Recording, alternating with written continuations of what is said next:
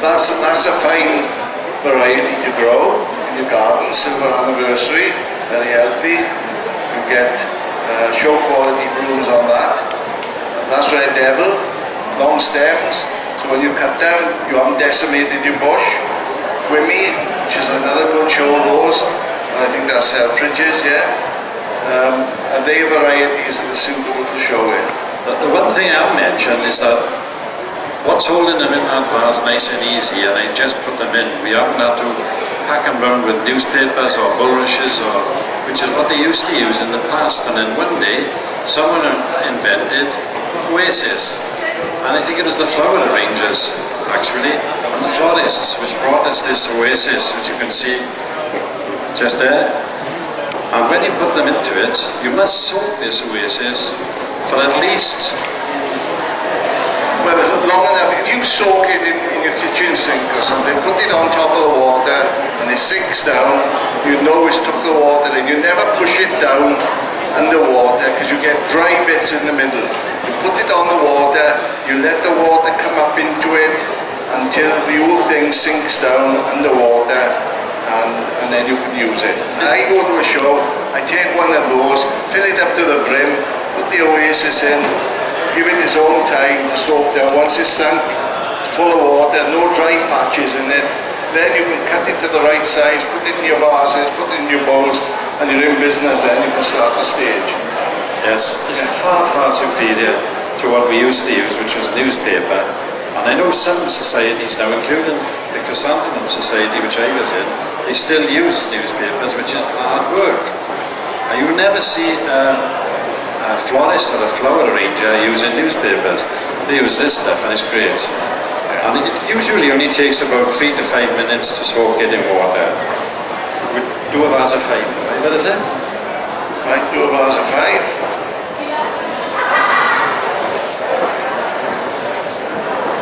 Now, obviously, when you stage a vase of 5 blooms, you've got to, same as 3, you've got the 5 blooms of a similar size, same stage of development, so the judge is impressed with them, the uniformity is good. If they're big and fresh, all the better, and you match them up like that. So if you're going to a show and you've got 5 the same size, you put them in the vase of 5. If you've got 3 a bit smaller, you put them in this vase for a vase of 3. You can't mix them up and be successful. So it's quite often there'll be 3 blooms at the back and 2 just in front. You'll see in there, vase of 6 would be like that with an extra bloom down there.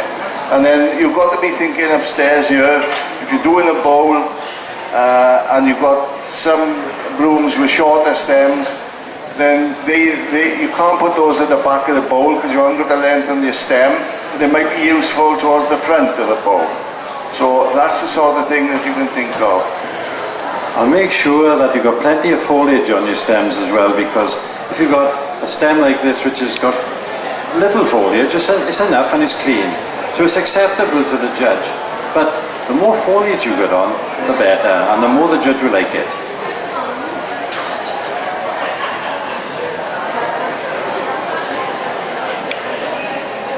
Yeah. Technically speaking, we shouldn't be taking petals off roses, because if it leaves a gap, the judge knows you've removed the petal, he downpoint you. But on the other hand, you don't want petals with bad marks like this one. So the choice is yours. You might say, well, I'll lose less marks if I pull it off than if I leave it there. You might have to do that. And the other thing you can do with a rose like this, if you were to take that petal off, and you try to take it off so that you don't leave any behind, so that the judge will say, oh, I can see the end of the petal, try to get it all off, then you can, if you're confident, you can move petals out like this and open the rose up. Not all varieties will do it, but some of them will. As long as you've got enough body in the rose, and if the rose is a bit young, you can do a lot to make it more presentable. It's a similar thing to packing it out with what's that stuff you put in your ears? Cotton wool. And then you've got the rose there. I don't put any cotton wool in my ears. And there? No. I thought that was what it was for. No. Oh, what do you use it for? Put it in between the petals of my roses. Is that what it's made for? Well, I'm not sure really. What do you use it for? And the other thing too, it'll help if you take the thorns off, because thorns can rip leaves when you're staging. Normally what I do when I'm cutting, I take the thorns off like that.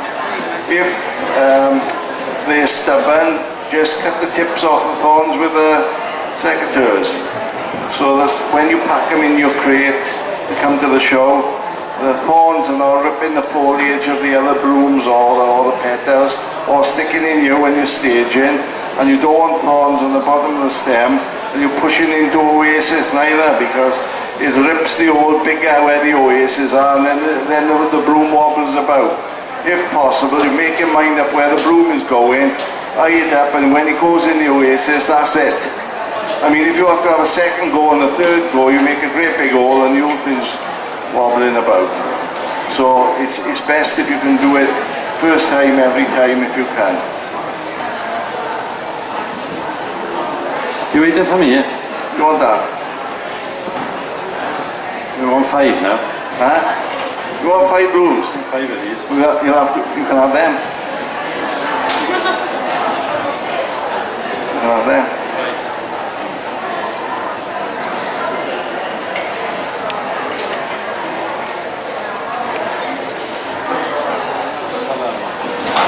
Yes, that's the other thing.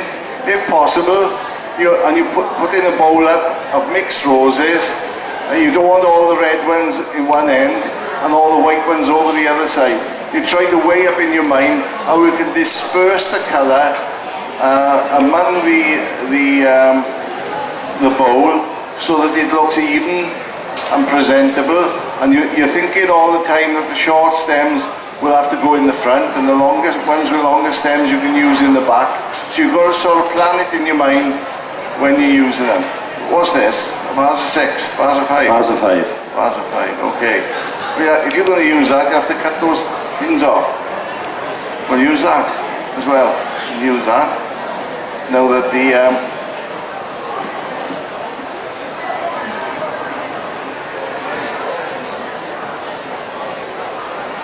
right. If we were showing this, these would have to come off. But as I say, we should have been taking them off in the garden weeks ago and not allowed them to grow, so that your plant grew like that. Another thing, most rose exhibitors here, they don't rely on fine weather, because you know that in the 2 or 3 weeks that this have developed from a bud just showing colour, 2 weeks time is a full-blown rose. In that time you will have dew every night, you will have rain and all the rest of it. So they make covers either with PVC hats, or some people with a polystyrene cup, or drinking these pint beer glasses when you go to a fete. You can use those, wire on the rim, the wire through a clothes peg, and so the hat will, upside down beer glass will go over the bloom, and the clothes peg on the wire will peg on the stem, and then when the rain comes down, the bloom doesn't get wet.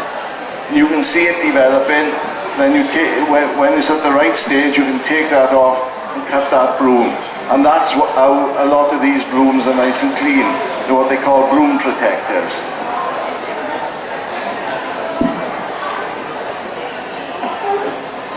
Cut the stem down as well, don't forget. You just can't stick them in all alongside each other. They have to be at the right height. Yeah, equal distance apart if you can do it.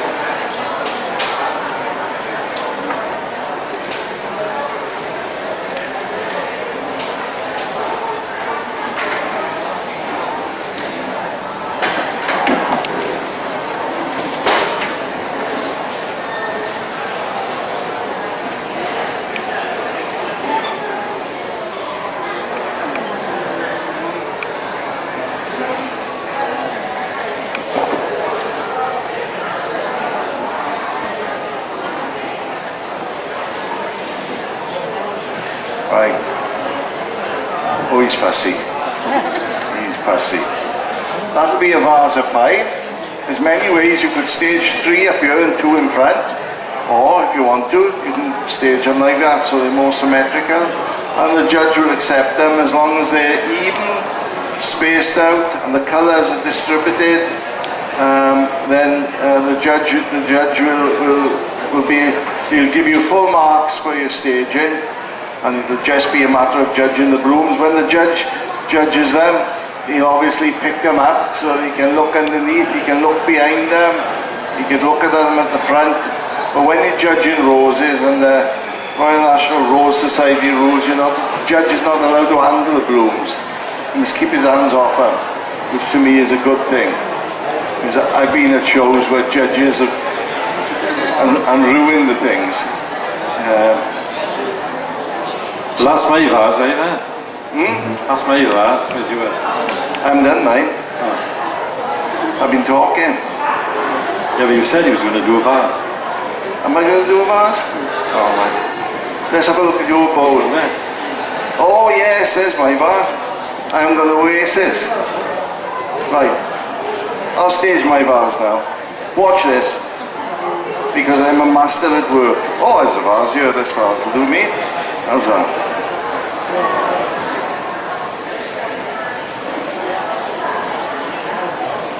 There we are. Done.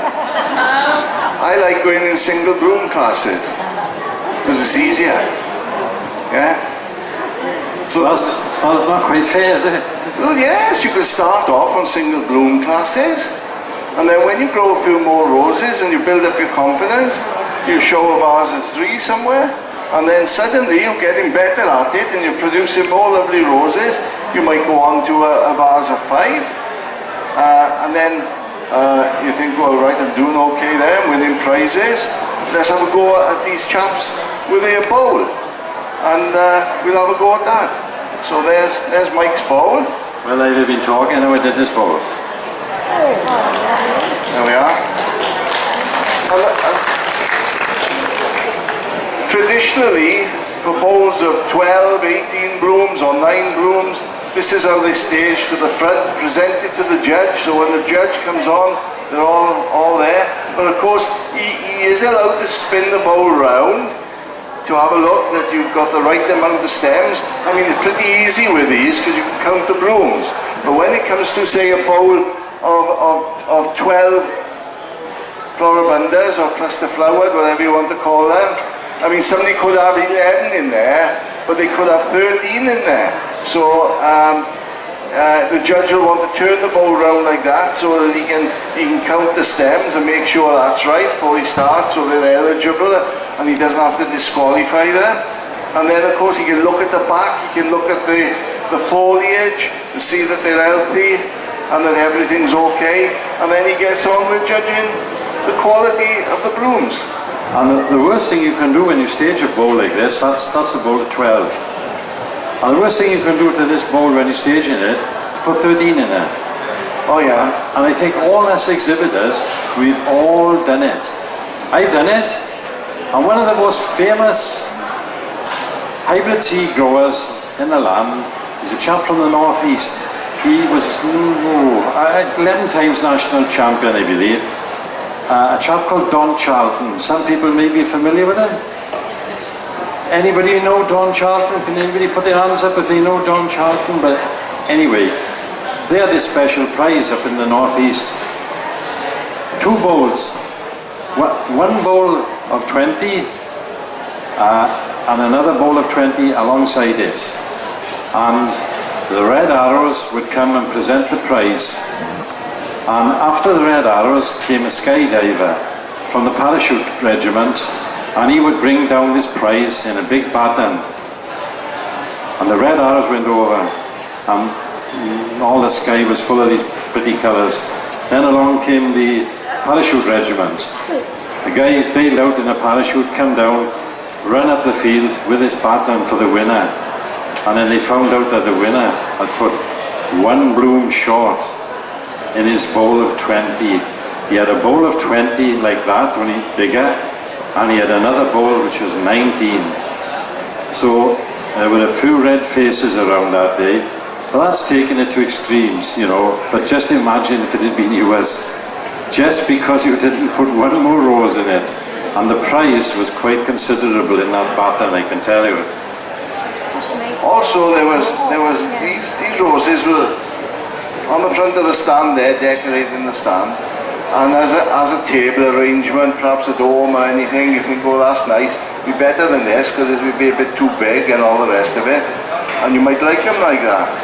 But when you go to a flower show, if you entered that against this, the judge will say they've been poorly grown because the stems were short and the size of the bloom's a bit small, short stems, and you definitely wouldn't beat this bowl with that bowl.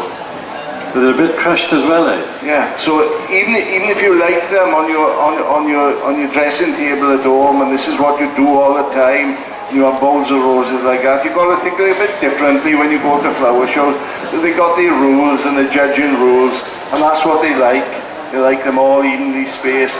Another thing I always think of, if you, not always, you've got 12 blooms that are smack on, dead on, all the same size. Sometimes you've got a few that are a bit younger. I always personally would put those younger blooms at the top of the bowl and the heavier, bigger blooms at the bottom of the bowl, because they look really stupid with the big blooms up here and that littler blooms down there. I mean, we know in an ideal world you want them all the same, but you don't always have them like that, so it's up to you then to present them to the judge the best way you can. And we'll do some miniatures? Yes, okay, we'll finish off now. I hope you're familiar with miniature roses. Miniature roses in this country were, a few years ago, quite unknown. And suddenly, a lot appeared from America, USA. And they came over in bundles in the last 10 years. I think that guy over there is selling them. You can get them in a lot of other places as well, but they're very, very attractive for small decorations around the home. And if you want to bring them to shows, as you can see on the bench here, we've got some lovely miniature exhibits as well. Right, over to you, Mike. What are we going to do with it? Well, you do a vase, do what you like. One thing I would say where Mike makes a start, also in flower shows, quite often, blooms are shown in boxes. And although hybrid teas lend themselves to bowls and vases quite well, one thing with these miniatures, we don't normally disbud them. So they come in clusters, and the crown bud will come out, and the side buds will come out later. Now, as you dead end those, you might land up in the end with only 1 or 2 blooms left on that cluster, and you think to yourself, what can I do with these? You haven't got enough stem length to use them in a vase, so can you still show them because they're perfect little blooms? Well, you can show them in the box like that. So quite often, if I've got a lovely big cluster with only 1 bloom out on it, I might cut that off, use it in the box. But then in a week or two's time, that cluster, all the blooms are gone and you're left with only 1 or 2 on it. So it looks as though it's been decimated. But you can take them off and you can use them in the box. So it gives you a chance then to in your local show to make nice exhibits by not wasting perfectly good blooms that only got short stems. Yeah? So they can be used like that. Right, so what have you done? Those are 3 miniatures. Stems, not disbudded. So that's 3 stems carrying a cluster of blooms. Then there are classes as well for miniature roses on a single stem. So obviously this would be one of 3 single stems. You'll see them over there, or you can show them like that. So the people that have made show schedules have tried to cater for everyone. If you grow the type that comes mainly like this, there's classes for you. But if you grow the ones that come in bigger clusters and open quick, then there's also classes for those. So you can make the most of your roses, and you can go to local shows, you see what you got, you can plan a couple of weeks ahead, you see the buds you got opening, you can protect blooms with a broom protector if you want to, or if you're lucky with the weather, you might not have to. The other thing I wanted to say, Ivor, was that, I mean, it doesn't take long, you can see. 5 minutes, that's all you need to do this. And whenever you go along to a show, there'll always, and I mean this, there will always be someone to help you. That's all you have to do is turn around to the person next to you and say, how do you do this, mate? And you'll find out you'll get quite a lot of help. So and it doesn't take no time. That's it, and you can watch other exhibitors and see how they do it. You stage alongside them, what I used to do when I was young. I went to flower shows first. I'd find a well-known exhibitor and get my staging table next to his or hers, and I'd watch them, and I'd learn off them, whether they liked it or not. I picked up all the tips and all the ideas off them, and you can stage roses like that in next to no time. So I hope it's encourage you all to have a go.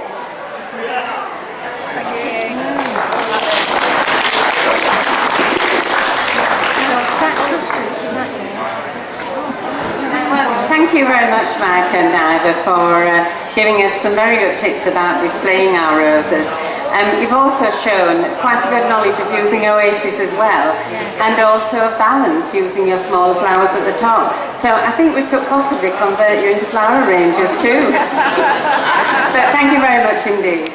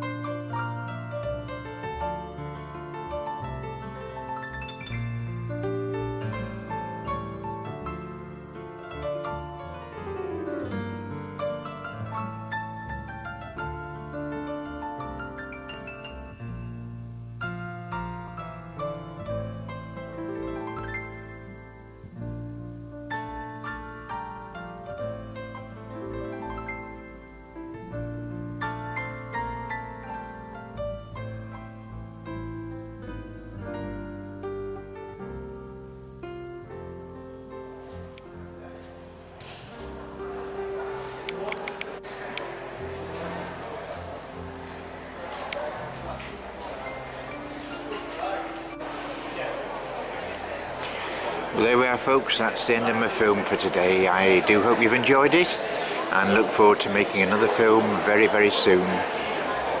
It's now just come up to 5 o'clock on the second day of the Autumn Harrogate 2012 Flower Show. Bye for now. The size of the brooms.